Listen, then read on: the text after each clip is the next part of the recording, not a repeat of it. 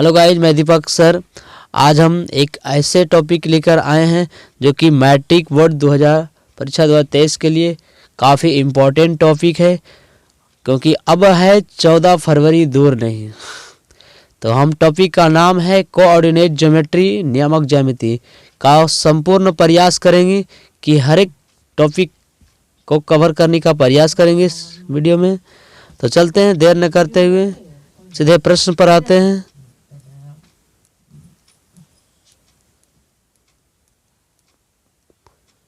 चलते, पहला नंबर प्रश्न में कह रहा है कि मूल बिंदु के नियामक हैं। तो मूल बिंदु के नियामक क्या होता है? तो कहता है ये एक सच और वाई एच जहाँ पर कटता है, तो ये एक्स और एक्स डैश है, और ये वाई और वाई डैश। अब जहाँ पर ये कट रहा है दोनों, तो इस बिंदु का नाम ओ देते हैं, क्योंकि ओरिजिन पॉइंट होता है। और इसी बिंदु का नियामक पूछा, तो इस बिंदु का नियामक क्या होता है? ना एक सच की हो जाता है, ना वाई एच का कोई दूरी चलता है। तो इस बिंदु का नियामक क्या होता है? 0,0 हो जाता है। क्या होता है? तो याद रखना मेरे से साथियों कि मूल बिंदु का नियामक जो होता है 0,0 होता है। तो चलते हैं नेक्स्ट प्रश्न की ओर बढ़ते हैं।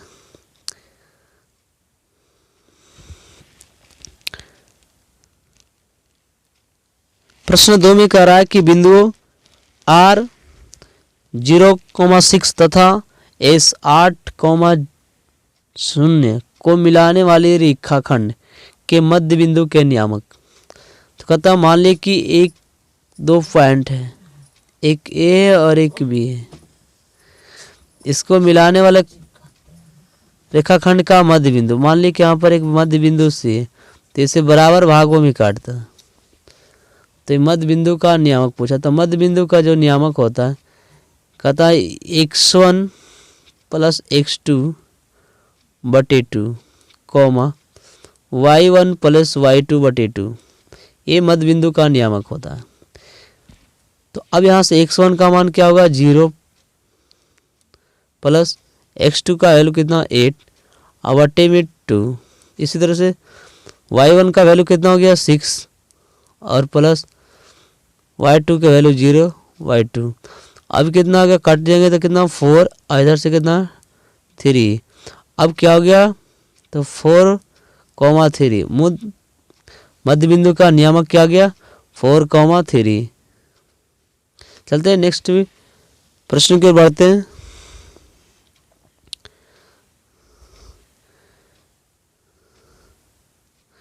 प्रश्न संख्या 3 में कह रहा है कि बिंदुओं 4,6 और 8,2 के बीच की दूरी है। तो कहता है दो बिंदुओं के बीच की दूरी है। जैसे मान ली कि एक बिंदु ए ले लिए और एक बिंदु बी है, इन दोनों बिंदुओं के बीच की दूरी क्या होती है? तो दो बिंदुओं के बीच की दूरी अर्थात ए बी के बीच की दूरी क्या होता है? तो देखिए, याद रखिए फार्मूला। तो under root x2 minus x1 का whole square plus y2 minus y1 का होल स्क्वायर।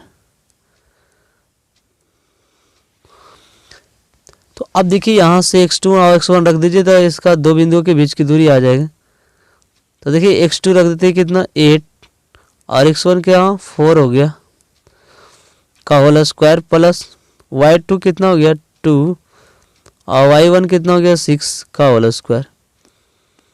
तो अब देखिए 8 में से 4 जाएगा तो 4 का स्क्वायर कितना? 16 हो जाएगा। और ये कितना? 6 में से 2 जाएगा तो -4 का स्क्वायर करेंगे, और ये अंडर रूट हो जाएगा।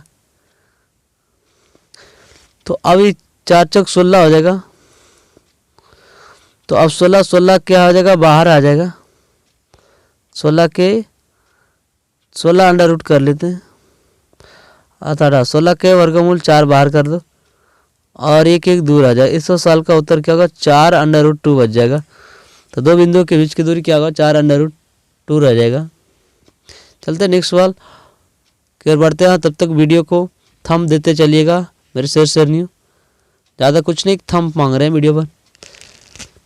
करा बिंदु -6, -5.2 किस पाद में स्थित है?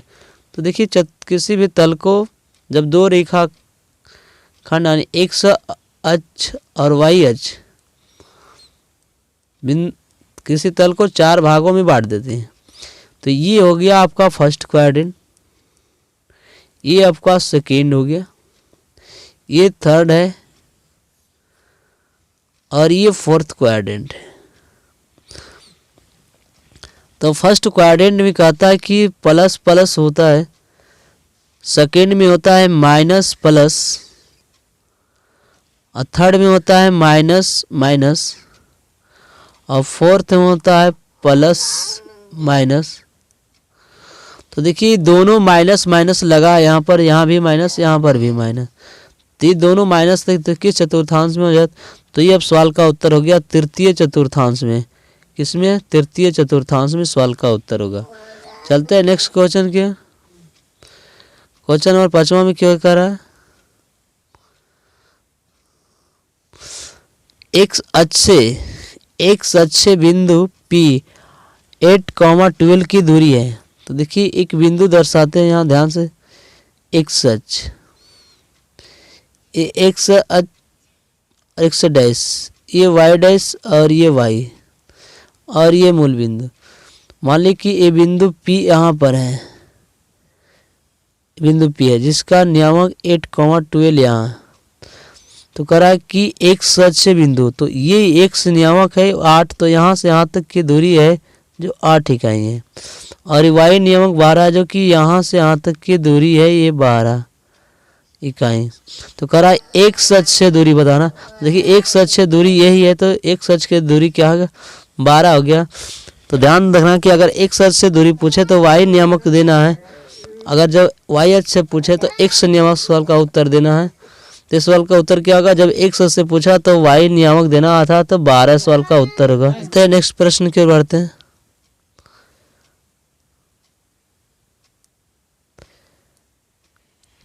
प्रश्न संख्या 6 में कह रहा है कि बिंदु -6,10 की का कोटि है। तो देखिए एक्स अक्ष को भुज कहते हैं, एक्स अक्ष को क्या कहते हैं? भुज। और वाई अक्ष को क्या कहते हैं? कोटि। तो ये याद रखना है कि एक्स अक्ष को भुज और वाई अक्ष को कोटि कहते हैं। तो देखिए एक्स नियामक है जो भुज का लगा, तो वो कोटि पूछ रहा है, क्या पूछ रहा है? कोटि। तो वाई नियामक होता है, सवाल का उत्तर क्या हो जाएगा? 10। क्या हो जाएगा सवाल का उत्तर? 10 कोटि। चलते हैं नेक्स्ट प्रश्न की ओर बढ़ते हैं।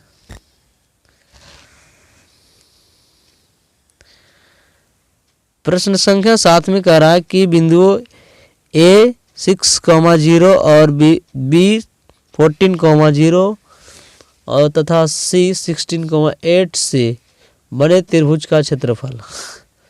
तो देखिए त्रिभुज, 3 बिंदुओं से त्रिभुज का निर्माण हुआ जिसका एक 6,0, 14,0 और 16,8 तीनों शीर्ष बिंदु का नियामक है। मान ली A है, ये B है और ये C है। तो कहता है इससे बने त्रिभुज का क्षेत्रफल बताइए। तो बने त्रिभुज का क्षेत्रफल क्या होगा? तो त्रिभुज का क्षेत्रफल होता हाफ, क्या होता है? Half x1 under y2 minus y3 plus x2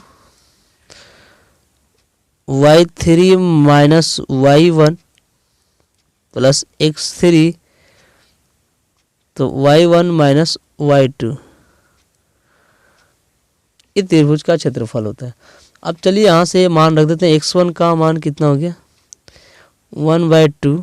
x1 का मान 6 और y2, तो y2 तुम्हारा क्या हो गया? 0 हो गया, और y3 8 हो गया। तो इस तरह से 0 माइनस 8 प्लस, और x2 का मान कितना? 14 हो गया। तो अब करा y3 का मान 8 हो गया, और y1 का मान 6 हो गया, सॉरी 0, प्लस x3 का मान 16 हो गया।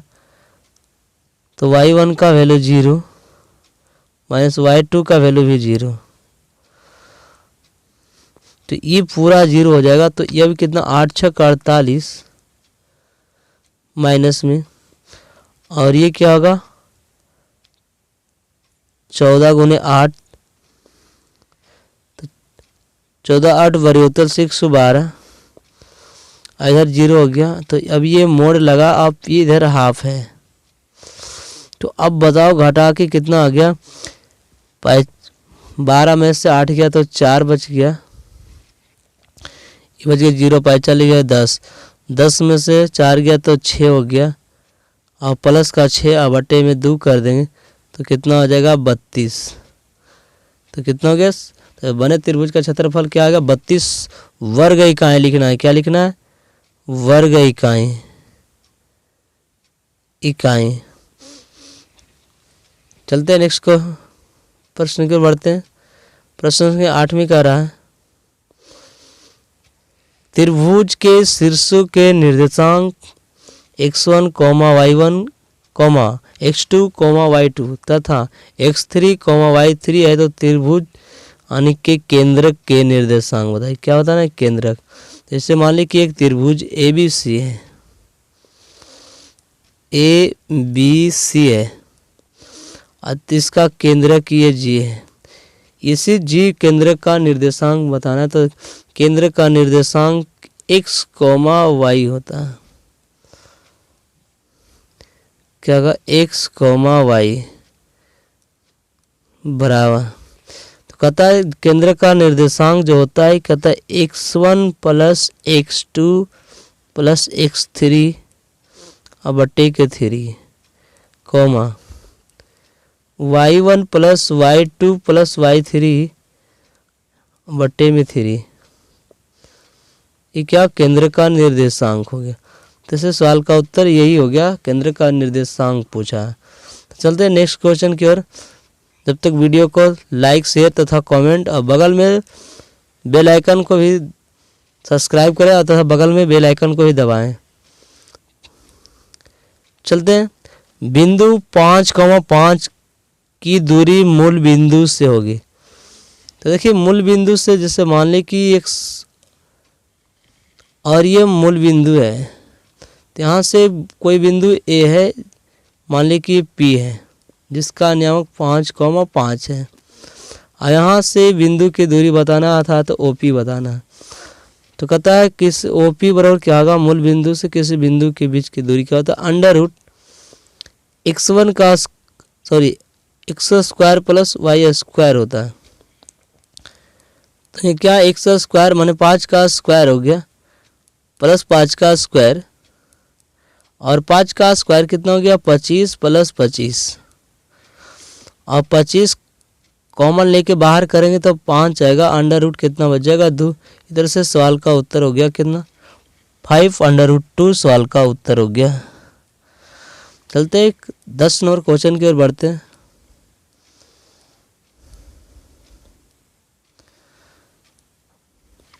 बिंदु 6,15 की भुज है। अभी देखिए बताया दोनों की एक सच को भुज कहते हैं। क्या कहते हैं, एक सच को भुज कहते हैं, और YH को क्या कहते हैं, कोटि। ये आधे हैं। तो अब भुज पूछा तो x नियामक को क्या कहते हैं, भुज। तो अर्थात तो सवाल का उत्तर क्या होगा 6। x नियामक क्या है 6, तो सवाल का उत्तर हो गया हमारा 6।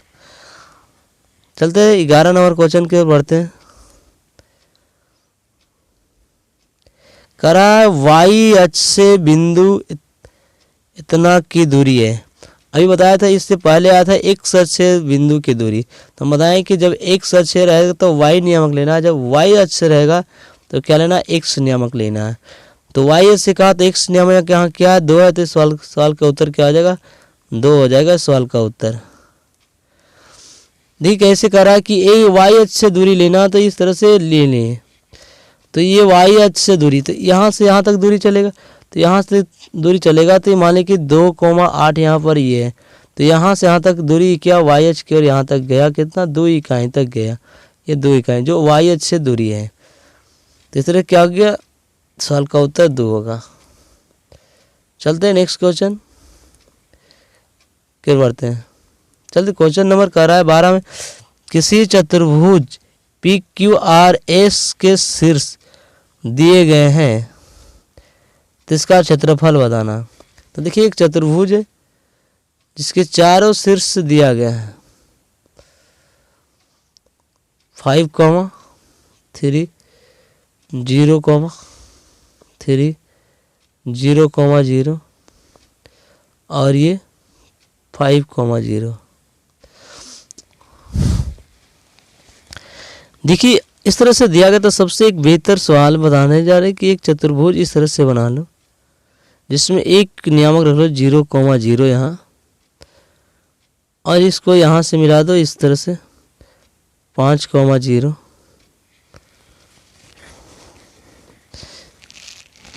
तो ये क्या होगा 5, 0, 5, 0।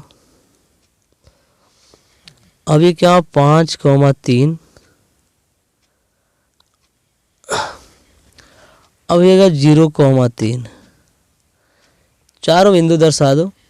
तो अब इसमें क्या होगा ये एक्स अक्ष रहेगा एक्स डैश और ये वाई डैश। ध्यान से समझना।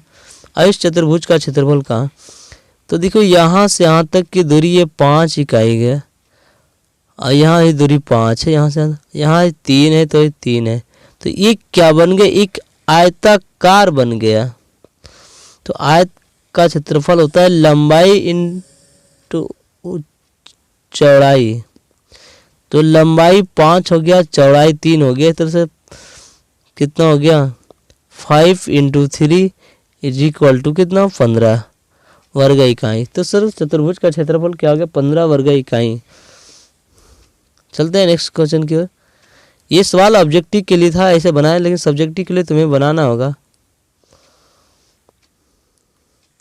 करा आदि बिंदु 1, 2, 0, 0 और 1 बी संरेख हो तो संरेख कहने का मतलब क्षेत्रफल 0 होता है 0, 0 सॉरी यहाँ लिखो 1, 2, 0, 0 और 1, बी। ध्यान से देखना त्रिभुज का क्षेत्रफल अभी बताया था जब 0 होगा तो कहता है x1 to y2 minus y3 plus x2 y3 minus y1 x3 तो y1 minus y2। तो अब दिखने यहाँ से मान रख देना।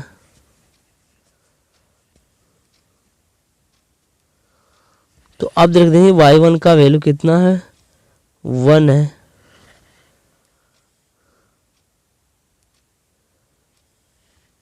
कितना y1 का वैल्यू 1।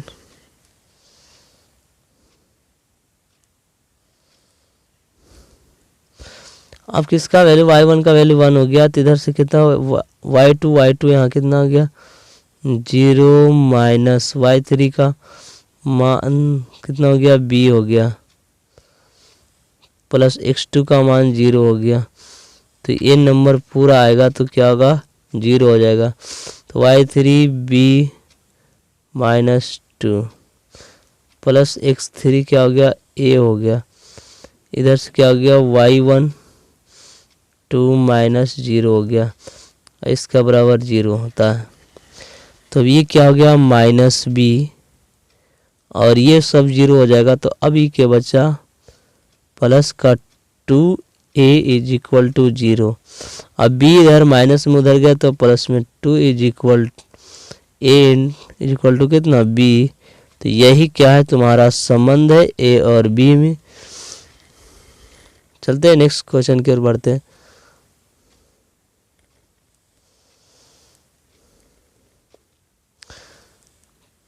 करा है कि x अक्ष के निर्देशांक होते हैं। ये x अक्ष के निर्देशांक होते हैं। तो देखिए करा x अक्ष के तो देखिए यहाँ से ध्यान से समझिए x अक्ष।